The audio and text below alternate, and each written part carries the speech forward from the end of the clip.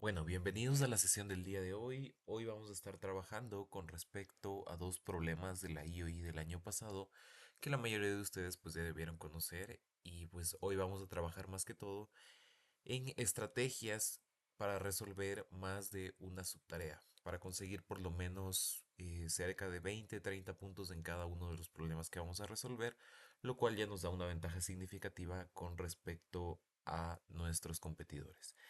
Entonces, bueno, para esto primero vamos a comprender acerca del problema de jeroglíficos que vamos a manejar. En este caso, la primera acotación que tenemos que hacer es que el día del examen pues nos enviarán y se nos darán de forma física algunos enunciados, tanto en idioma inglés, idioma español y cualquier otro adicional que requiramos. Entonces siempre es recomendable leer aquel en el que te sientas más cómodo. Si prefieres hacerlo en inglés, entiendes más los términos específicos, no hay ningún problema, puedes hacerlo. Y asimismo, si requieres de alguna otra versión, pues lo puedes hacer, lo puedes ingresar a través de la plataforma de la IOI oficial que les va a aparecer algo similar a esto. Bueno, ahora sí comencemos con el problema. Vamos a comprender en primer lugar a qué se refiere este problema de jeroglíficos y qué nos pide implementar. Bueno, nos dice que un equipo de investigadores va a estudiar las similitudes entre secuencias de jeroglíficos. Esto es más que todo un contexto. Y lo importante eh, es que en este caso nos dicen que para estudiar estos jeroglíficos van a hacer uso de conceptos de secuencias. Entonces ya de por sí nos dice que este problema va a estar enfocado precisamente en secuencias. Y nos dice que para una secuencia fija A va a existir una secuencia S que va a ser una subsecuencia de A que va a ser obtenida eliminando algunos elementos de A.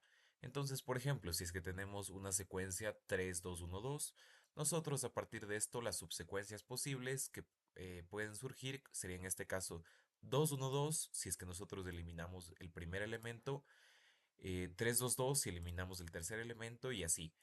La única condición que existe es que nosotros no podemos cambiar el orden de los elementos, ni tampoco podemos agregar algunos. O sea, podemos tachar todos o uno o dos a nuestra discreción, sin importar nada, pero solo debemos considerar que las dos cosas que les dije, que no podemos cambiar el orden, ni tampoco que no podemos repetir los elementos.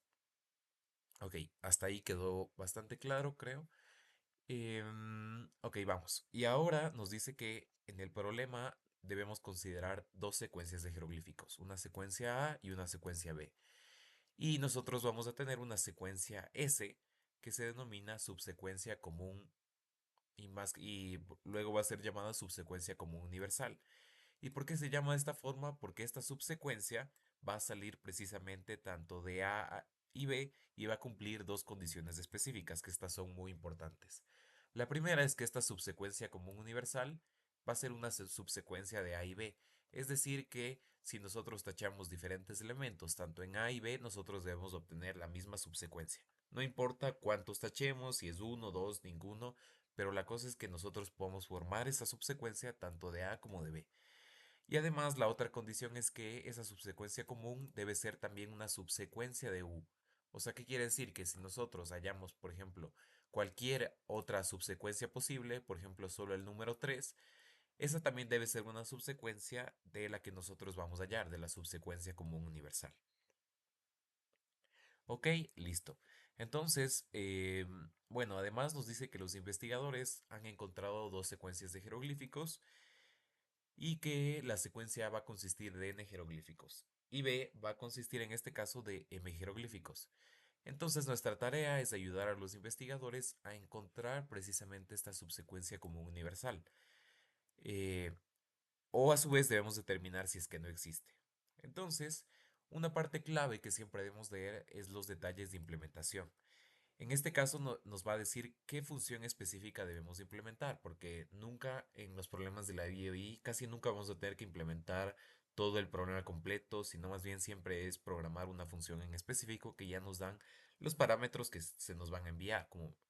Ok, entonces aquí nos dice que se nos va a enviar la secuencia de jeroglíficos A, la secuencia de jeroglíficos B, y lo que nosotros tenemos que hacer es que en caso de que exista una subsecuencia común, debemos retornarla o si no, si es que no existe, debemos retornar un menos uno.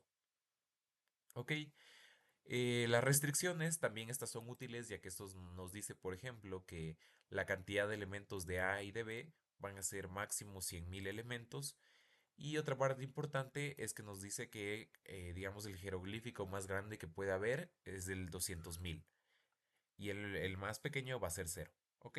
Entonces, estas son más que todo consideraciones para saber qué complejidad y qué algoritmos podemos utilizar, ya que, por ejemplo, un algoritmo de O n cuadrado podría ser un poco ineficaz y nos podría dar un time limit exceeded.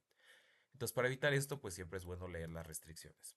Y bueno, ahora vamos a la parte más importante que es la de las subtareas, ya que el mejor enfoque para resolver los problemas es irnos siempre por subtareas, porque muchas de las subtareas son bastante sencillas de conseguir y son muy rápidas. Antes de comenzar ya con la primera subtarea, vamos a ver cuál es la lógica que nosotros debemos seguir una vez que tenemos dos subsecuencias, dos secuencias, tanto de A y B. Bueno, una estrategia que nosotros podemos seguir es que si es que, por ejemplo, si es que nos dan aquí la secuencia A y la secuencia B, lo que podemos realizar es obtener todas las subsecuencias comunes que existen, tanto de A como de B, pero deben ser, o sea, se deben obtener de ambas. Por ejemplo, el vacío se puede obtener tranquilamente si es que nosotros tachamos todos los elementos. Es bastante intuitivo. El cero, a su vez, también es otra subsecuencia común, porque si tachamos varios elementos, podemos obtener el cero. Y a su vez lo mismo con el uno y el cero y el cero y el uno. Pero ahora ustedes me podrán decir cómo yo sé cuál es una subsecuencia común universal.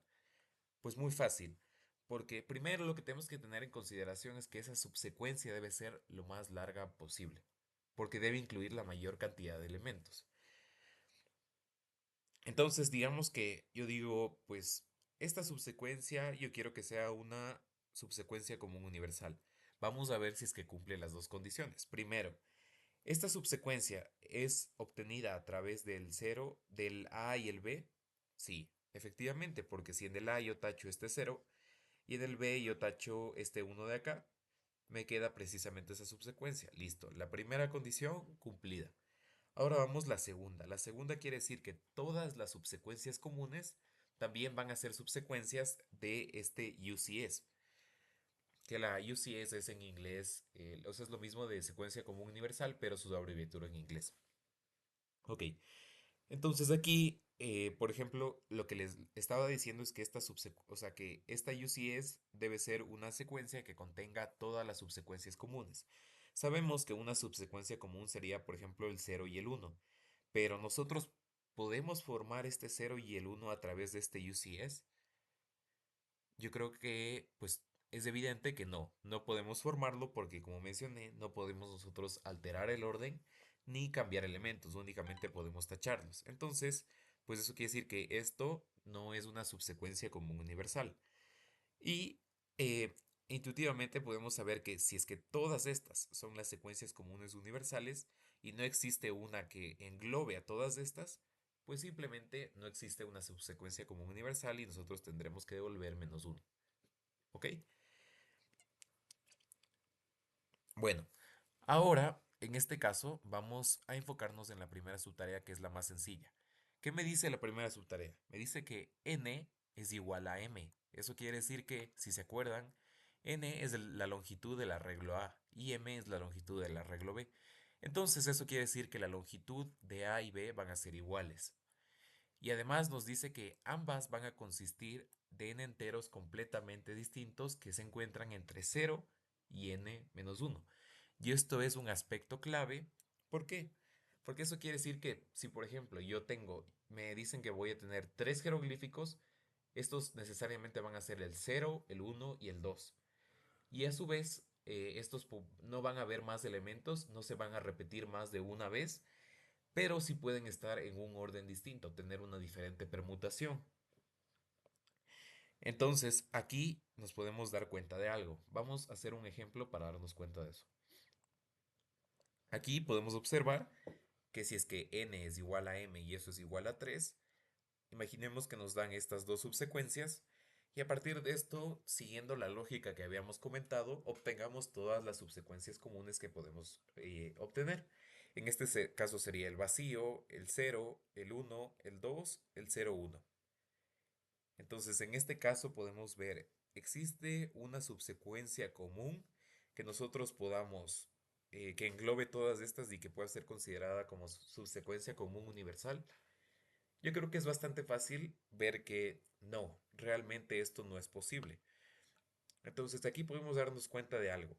La única manera de que exista una subsecuencia común universal es que tanto A como B sean iguales. O sea que B en este caso, en vez de ser 2, 0 y uno, sea 0, 1 y 2.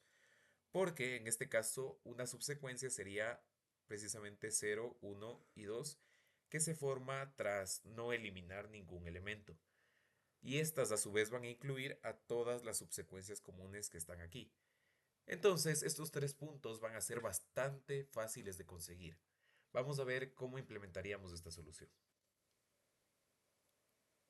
De forma muy rápida y sencilla, podemos ver que en este caso con el código que programé ya obtuve 3 puntos con un código bastante pequeño de menos de 10 líneas. Lo único que hice es aplicar la condición que habíamos mencionado. A, si es que A, en este caso, el arreglo A es igual al arreglo B, o sea, es decir, que es completamente idéntico, yo lo que hago es retornar A. Y en este caso, pues si no es igual, eso quiere decir que no existe una subsecuencia común. Entonces yo debo retornar el -1. Y con este código, que simplemente es un condicional y dos return, ya tenemos 3 puntos obtenidos. Que en sí es una buena estrategia para comenzar a ganar puntos y construir soluciones un poco más complicadas. Ok, bueno, ahora vamos a explicar una lógica que nos va a ayudar a resolver algunas subtareas más e inclusive nos puede ayudar a conseguir cerca de 29 puntos en este problema que realmente fue de los más complicados de la Olimpiada. En este caso, vamos a enfocarnos en en la subtarea 4, que es que nos garantiza que siempre va a existir una subsecuencia común y también nos vamos a enfocar en esta subtarea de aquí. Esta subtarea que nos dice que, es decir, todos los elementos de A van a ser menores e iguales a 1. Y a su vez nos dice que todos los elementos de B van a ser menores o iguales a 1. Que esto básicamente lo que nos dice es que todos los elementos tanto de la subsecuencia común universal como de cada secuencia van a estar entre 0 y 1. Lo que es bastante sencillo y va a ser bastante fácil, pero tenemos que considerar que sí van a haber bastantes números, no van a ser únicamente, como vimos en el ejemplo, 5 números de cada secuencia, sino que sí van a ser un poco más largos. Así que bueno, ahora vamos a ver qué estrategia vamos a considerar para programar y conseguir estas tareas. Bueno, para este ejemplo y para entender cuál va a ser el algoritmo que nos va a ayudar a conseguir estas subtareas, debemos primero entender que recorrer todos los arreglos y, por ejemplo, contar cada uno de ellos o a su vez, como estábamos haciendo, tachar cada uno, cuando tenemos números muy grandes, esto no va a ser lo suficientemente efectivo, ya que la complejidad, como les había mencionado, si es que tenemos dos ciclos, o por lo menos uno no siempre va a ser tan rápido, considerando que vamos a tener dos secuencias que analizar y a su vez comparar. Entonces, en lo primero que tenemos que pensar es cómo yo puedo optimizar estas consultas. Pero bueno, eso ya lo vamos a ver un poco después para saber qué estructuras vamos a utilizar. Pero ahora la idea fundamental es que, ok, imaginemos que nos dan estas dos subsecuencias. Y un aspecto clave que tenemos que entender es que los elementos que existen en menor número, ya sea en A o ya sea en B, estos precisamente nos van a limitar bastante en nuestra formación de la secuencia común universal. ¿Por qué? Porque imagínense que observen en este caso la secuencia B. ¿Qué sucede? Aquí yo tengo dos ceros. Entonces, ¿qué quiere decir? Si es que en nuestra secuencia, en nuestra subsecuencia común universal, yo lo que hago es, pongo por ejemplo el 0, el 1 y el 0, yo tengo dos ceros. Perfecto. yo podría formar esta subsecuencia también si es que yo tacho algunos elementos en A. Pero ¿qué sucede si yo ingreso tres ceros? Porque puedo ver que en A existen tres elementos. Imaginemos que yo lo coloco así y aquí voy a colocar otro cero. ¿Qué sucede? Que en este caso, en la subsecuencia común universal, van a haber tres ceros. Pero si observamos en este caso la secuencia B, aquí yo no tengo tres ceros, solo tengo dos. Entonces, las subsecuencias que yo voy a formar no van a estar incluidas necesariamente en la UCS. Entonces, un aspecto clave va a ser lo que vamos a denominar los A-weak y los B-weak. Es decir, aquellos elementos que aparecen tanto en A como en B, pero que a su vez en A, o sea, si es que es considerada A weak, eso quiere decir que si es que contamos ese elemento, en A van a ver en menos número que en B. Por ejemplo, un A weak sería el número 2, porque si contamos cuántos 2 existen en A, vamos a ver que hay únicamente uno. Pero en B van a haber uno y 2, son en un total de 2. Entonces, como en A existe en menor número, esto va a ser considerado como A weak. Entonces, la primer concepto fundamental es separar los números que está, o sea, los jeroglíficos que existen tanto en A como en B por A weak y B weak. Y una vez que hacemos esto, debemos tomar en consideración, por ejemplo, si es que vemos que un elemento como el cero en B es un elemento B weak, como hay dos veces de este elemento, debemos incluirlo asimismo dos veces para formar una subsecuencia común efectiva. Porque ¿qué vamos a hacer? A partir de estos números que están clasificados en A weak, B weak, vamos nosotros a armar nuestra subsecuencia común universal. ¿Cómo? Lo que vamos a hacer es tomar el primer elemento del A weak y tomar el primer elemento del B weak. Y lo que vamos a hacer es básicamente preguntarle a una función. Nosotros podemos armar una subsecuencia tan que, o sea, que pueda ser obtenida a través de A y a través de B, donde pueda yo colocar primero el 2 y luego el cero. Esto es lo que yo voy a preguntar. Entonces, lo que va a hacer nuestra función es básicamente encontrar dónde se encuentra un 2, el 2 más cercano. Ok, entonces en este caso sería en esta posición que veamos cuál es, la 0, 1, 2, 3, 4, 5. En la posición 5. Y a su vez me va a encontrar el cero que está más cercano a este número. En este caso podría ser este. Entonces me va a decir, no, ¿sabes qué? En A no puede ser esto posible, porque no puedes tú formar esto porque el 2 es el elemento que está más hacia la derecha. Entonces, eso automáticamente me dice yo no puedo formar una subsecuencia común a partir de esto. Ahora yo digo, bueno, ¿qué sucede si en vez de ser 0 2 yo coloco, perdón, 2 0 coloco el cero y el 2? Entonces vamos a hacer, perfecto. Yo, por ejemplo, voy al primer cero que me encuentre en A, perfecto, y voy al 2 más cercano.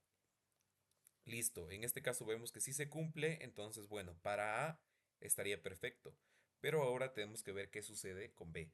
Ahora vamos a hacer lo mismo con B. Ahora recorremos en este caso el arreglo de B, bueno, sería básicamente ver dónde está el primer cero, entonces sería, bueno, pues, el primer cero se encuentra en esta posición de acá, y vemos cuál es el 2 que se encuentra más cercano, en este caso más a su derecha. Y podemos ver que se encuentra aquí. Entonces con esto me diría que, ok, A correcto, B correcto. Entonces eso me garantiza que en la subsecuencia que yo forme va a poder estar primero el cero y luego el 2. Entonces lo que voy a hacer es a este cero lo voy a incluir a la subsecuencia común. Y una vez que ya hago esto, vamos a pasar al siguiente elemento. Este ya lo tomamos, entonces este digamos como lo tachamos. Y ahora comparamos lo mismo con 2 y 1. Y en este caso, entre 2 y 1 o 1 o 2, vamos a ver que el que es válido es 1 o 2. Entonces lo que yo hago es este 1 lo añado acá. Entonces digamos, y este el cero y este el uno. Ahora vamos a comparar el cero y el 2, que como sabemos, pues es válido el cero y el 2. Entonces, por eso que yo agrego el cero. Y una vez que ya nos quedamos sin elementos, pues simplemente queda añadir el último de a week, que es el que se queda solo. Entonces aquí está este 2. Y con esto ya tenemos la subsecuencia común formada, sin necesidad, digamos, de conseguir todas las subsecuencias comunes que podamos hallar tanto de A como de B. Ahora vamos a ver cómo programar esto. Bueno, el primer concepto, y en este caso estructura, que nos va a servir y nos va a facilitar la optimización de nuestro problema y el almacenamiento de las consultas y todo eso va a ser precisamente estos dos arreglos que se llaman posiciones en A y posiciones en B. Esto puede ser un poco raro, no muchos pueden estar familiarizados, pero esto es básicamente un array de tipo vector. ¿Y por qué lo hacemos así? Pues esto simula a algo que vamos a ver. Bueno, puede simular a una estructura similar aquí. Imagínense que, por ejemplo, nuestro array lo representamos mediante cajones. Este es un array normal, pero cada uno de estos cajones van a tener otros pequeños cajones interiores. Pero, ¿qué van a representar? En este caso, posiciones en A, los índices que podemos observar que están aquí en la parte superior van a representar los diferentes jeroglíficos. Si nosotros nos acordamos, los jeroglíficos van a estar enumerados del 0 hasta el n. Entonces, ¿y qué vamos a ingresar en las pequeñas casillas de cada jeroglífico? Los índices en los que se encuentran en A y después en B. Entonces, por ejemplo, si es que imaginemos que pues nos dan la subsecuencia común y va a ser como va a tener, bueno, borramos esto un poco para que no nos confundamos. Listo. Imaginemos que la subsecuencia es así, cero la secuencia, perdón, la secuencia de A sería así, cero cero cero 1 1 1 y listo. Y uno más. Entonces, ¿eso qué quiere decir? O sea, ok, el de la posición cero es un cero. Entonces, lo que yo hago es al jeroglífico cero le voy a añadir el índice cero. Y luego voy con el siguiente elemento, con el otro cero. Entonces, como pueden observar, lo que yo coloco aquí son los índices en los que nosotros podemos encontrar el posiciones, o sea, que podemos encontrar en el arreglo original de A cada uno de los jeroglíficos.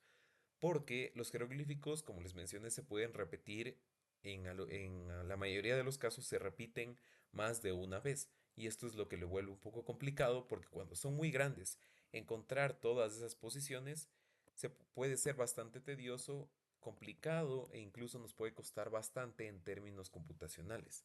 Entonces lo mejor es preprocesar esto para tenerlo listo y en vez de recorrer cada vez que nosotros necesitemos ver dónde se encuentra algún número, simplemente lo consultamos, que esto nos daría una complejidad de O1. Bueno, entonces, ahora, ¿cómo programamos esto? Bueno, aquí podemos ver que tenemos la función UCS, perfecto. Lo primero que hago es yo limpiar todos los arreglos. Esto es una cosa de costumbre, no es necesario hacerlo, pero para que no tenga la basura, pues que a veces se suele guardar cuando nosotros creamos los elementos, yo primero los limpio. Pero esto es completamente opcional. Pero bueno, lo primero que hacemos es obtener el n actual y m actual, que son variables globales que las podemos encontrar acá. Estas las igualo al tamaño del arreglo de A y el arreglo de B, nada complicado. Lo primero que vamos a hacer es llenar posiciones en A y posiciones en B, que es justo lo que les digo. Básicamente, en este ciclo vamos a recorrer todo el arreglo de A original y vamos en cada uno de sus índices del posiciones en A, que representan los jeroglíficos, nosotros vamos a añadir los índices en los que aparece. Una cosa bastante sencilla, como ya vimos en el ejemplo. Y luego vamos a clasificar, como hicimos en el ejemplo, los jeroglíficos en A débiles o B débiles. Y para esto vamos a hacer uso de posiciones en A y vamos a obtener su size. ¿Por qué? Porque en vez de nosotros recorrer todo el arreglo y contar cuántos hay por cada elemento, nosotros ya preprocesamos todo eso. Entonces, simplemente si nosotros obtenemos, imaginemos que aquí está, este arreglo representa, este de aquí representa el posiciones en A y este, como podemos ver, representa posiciones en B, este de acá. Entonces, si es que yo obtengo, yo digo, a ver, ¿cuál es el... bueno, veamos si el jeroglífico cero se repite menos veces en posiciones en A o en posiciones en B. Entonces, lo que hacemos es, obtenemos el tamaño de esta casilla, de este cajoncito, y nos dice que el tamaño va a ser de 1, 2, 3, 4. Entonces eso quiere decir, ok, 4. Y vamos a ver que de este cajoncito que representa el jeroglífico cero, pero en B van a ser 2. Entonces con esta simple comparación yo puedo decir, ok, entonces el jeroglífico cero va a ser un B weak, porque solo se repite 2 veces, mientras que en A se repite 4 veces. Entonces simplemente es esa comparación, o sea, vemos posiciones en A, su tamaño, y si es que es menor o igual a posiciones en B, su tamaño, lo que hacemos es, en un arreglo de booleano, lo establecemos que ese jeroglífico específico va a ser true. Y si es que no es eso, pues básicamente en cambio en el arreglo booleano de B débil va a ser true. Entonces algo sencillo. Aquí lo que hago pues es básicamente obtener aquellos índices de los A débiles. ¿Y para qué hacemos esto? Pues básicamente para que sea más fácil obtenerlos y consultarlos cuando los procesemos más adelante. Y bueno, vamos a ver en este caso ya la lógica de cómo nosotros vamos a clasificar e ir construyendo nuestro candidato a hacer una subsecuencia común universal. Bueno, lo primero que vamos a hacer es crear dos punteros, un puntero A débil y B débil. ¿Y qué va a hacer esto? Pues básicamente, si nosotros tenemos, por ejemplo, tenemos aquí, em, este sería en este caso, este sería como los A weak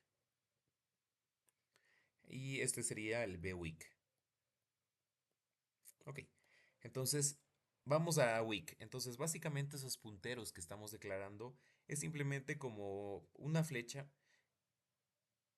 que nosotros nos va a ayudar a saber en qué elemento estamos. Es básicamente, más bien, en vez de llamarle puntero, deberíamos llamarle el índice de A weak o el índice de B weak.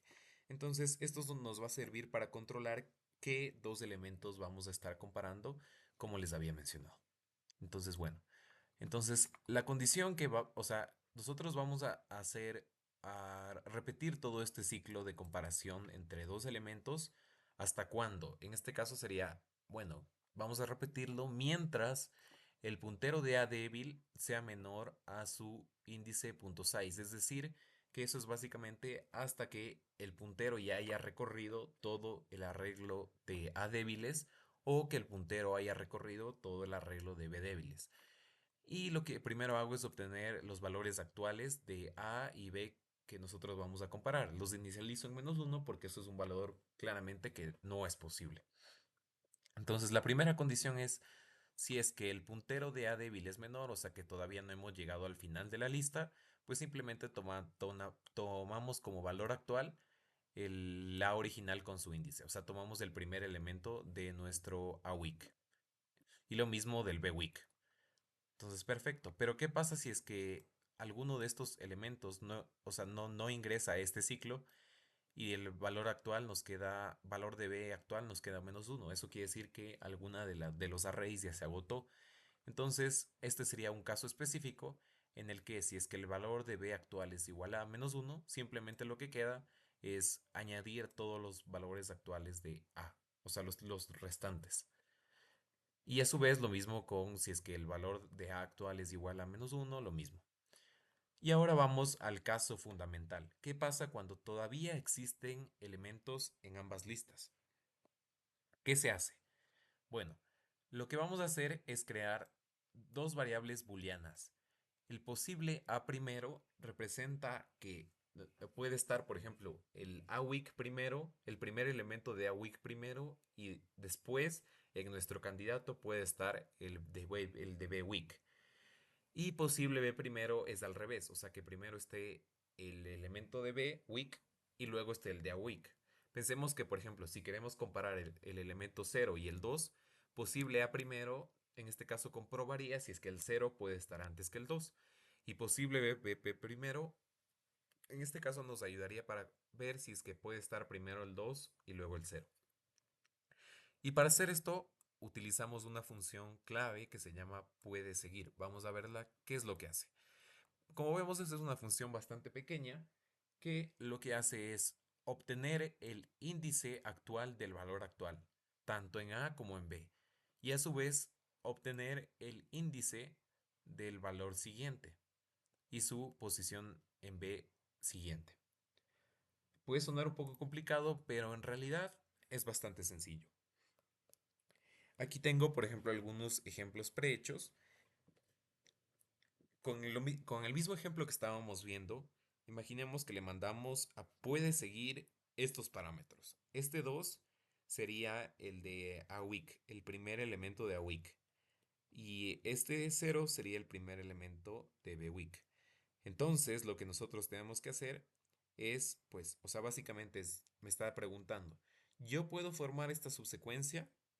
Entonces, el índice A actual lo que va a hacer es, va a observar en la cadena original de A, si es que, o sea, cuál es la primera aparición en la que podemos encontrar el elemento del 2. En este caso, si vemos en el A, únicamente hay un 2 en la posición 5. Entonces es por eso que el índice que me devuelve es el 5. Y ahora vamos a hacer lo mismo, pero en B. En B, ¿dónde se encuentra el primer 0? El primer 2. Como podemos observar, se encuentra en la posición 0. Entonces, eso es lo que nos devuelve. Y ahora lo vamos a comparar con el índice siguiente, que el índice siguiente va a corresponder a, al valor de BWIC, que en este caso es el 0. Entonces, lo que yo voy a hacer es ver cuál es el elemento más cercano considerando el número de apariciones, es decir, cuántas veces yo ya he añadido el elemento del 0. Entonces, bueno, vamos a ver en a week donde hay un cero. En este caso, pues vemos que en este caso sería este cero. Porque si es que nosotros ya añadimos un cero, pues este ya se descartaría de primeras y el segundo cero que añadiríamos sería este de acá. Entonces, es por eso que nos devuelve la posición de uno. Y a su vez, y si es que escogiéramos cualquier otra posición, por ejemplo, de este cero, pues claramente vemos que no se va a poder formar esa subcadena. Entonces es por eso que cuando yo comparo, si es que el 5 es menor que uno, esto me va a dar un falso. Y si uno de estos elementos es falso, eso quiere decir que este puede seguir, todo este me va a devolver un falso, porque eso es lo que hace. Si podemos ver, esto me retorna esta comparación, si es que el índice actual es menor al índice siguiente en A, y a su vez esto o lo compara con un AND con lo mismo, la misma condición en B. Y pues esto me retorna true o false. Bueno, regresemos a esta parte. Listo, entonces esto me va a devolver si es que, con el mismo ejemplo que estamos haciendo, si es que puedo yo formar primero el cero y el 2 o luego o si no, yo debo colocar primero el 2 y luego el cero. ¿Qué sucede si es que estas dos, tanto posible A como posible B, me da true? ¿Eso qué quiere decir? Eso quiere decir que existe una ambigüedad, o sea que se pueden formar los dos. Y esto no es posible porque no vamos a poder encontrar una subsecuencia común universal. Aquí yo coloqué un breve ejemplo. Imagínense que el A podemos encontrar un A que tenga 0, 1 y 0 y un B que tenga 1, 0 y 1. Claramente unas subsecuencias comunes, no necesariamente universales, podrían ser el 0 y el 1 y el 1 y el 0.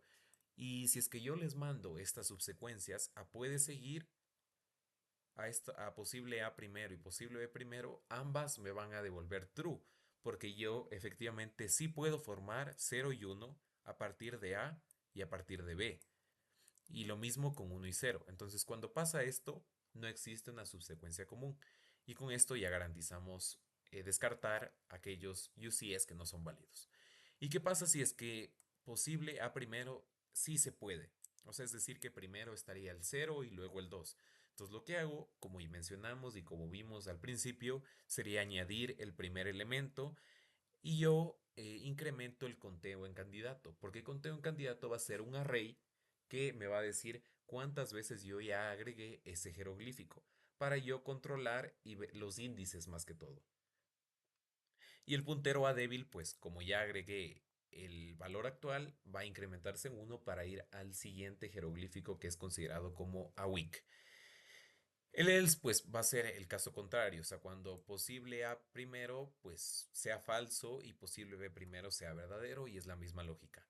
Y por último, ya para terminar con nuestro problema, lo que hace en este caso al final es verificar la subsecuencia de A original y verificar la subsecuencia de B. ¿Por qué hacemos esto? Pues es meramente o sea, es meramente una verificación adicional para saber que se construyó de forma adecuada nuestra subsecuencia común universal y evitarnos enviar resultados erróneos que pueden suceder. Entonces, ¿cómo hacemos esto? Pues básicamente lo que hacemos es recorremos todo el A original y vemos si es que mantiene el orden de nuestra subsecuencia común universal que nosotros armamos. Y si es que sí se puede formar, pues ya básicamente esto quiere decir que el pointer UCS va a ser del mismo tamaño que nuestro UCS candidato resultante. Y lo mismo hacemos con B. Entonces, esto básicamente simula el proceso de... vamos a verlo en el pizarrón para que quede súper claro. Esto básicamente va a simular este proceso. Ok, nosotros ya tenemos nuestro UCS, pero queremos saber si este UCS se puede formar a partir de A y B. Entonces lo que hacemos, pues básicamente lo que simula es como vamos a ir tachando los elementos para que nosotros formemos este. Sería como, ok, si tachamos esos elementos ya formamos el UCS en A. Y nuestro pointer pues va a tener un valor de 1, 2, 3, 4, que es justamente el tamaño del UCS. Y lo mismo hacemos con B. Y una vez que tenemos eso, pues felicidades, ya hemos creado de forma exitosa nuestro candidato resultante. Y bueno, este código idéntico como se los mostré, lo envié al grader y podemos observar que nos dio 29 puntos. Efectivamente cumplimos con la subtarea 1, que como vimos ya la habíamos obtenido, pero este caso también cumplió. Y la subtarea 3 y la subtarea 4. Bueno, vamos a ver qué sucedió en la subtarea 2. Vemos que bastantes de las soluciones, más bien casi la mitad de los casos fueron aprobados, pero pues nos dio un error en una de ellas. Y bueno, ¿cuál sería el siguiente paso? Bueno, realmente sería optimizar el proceso de comparación, porque con cadenas muy grandes, comparar cada par y ver los índices, a pesar de que nosotros ya tenemos una estructura que nos ayuda bastante a saber dónde se encuentran los índices, este proceso puede volverse muy lento e ineficaz. Entonces, deberíamos hallar alguna forma un poco más sofisticada que ocupe conceptos más complejos para, en este caso, saber de forma más rápida si es que nosotros podemos precisamente poner, no comparar de dos en dos, sino quizá tres elementos, cuatro elementos y determinar su orden y construir el UCS de forma mucho más rápida. Pero, pues considerando que este era uno de los problemas el problema más difícil de la Olimpiada, considero que 29 puntos es algo que sin duda ayuda a nuestra participación y va a marcar la diferencia con los demás competidores. Así que les animo a que intenten el problema por su cuenta, intenten comprenderlo, vayan por la primera subtarea y a su vez de este código que se les va a enviar, intenten complementarlo con sus ideas y ver si es que pueden obtener un poco más de puntos que estoy seguro que ustedes pueden lograr.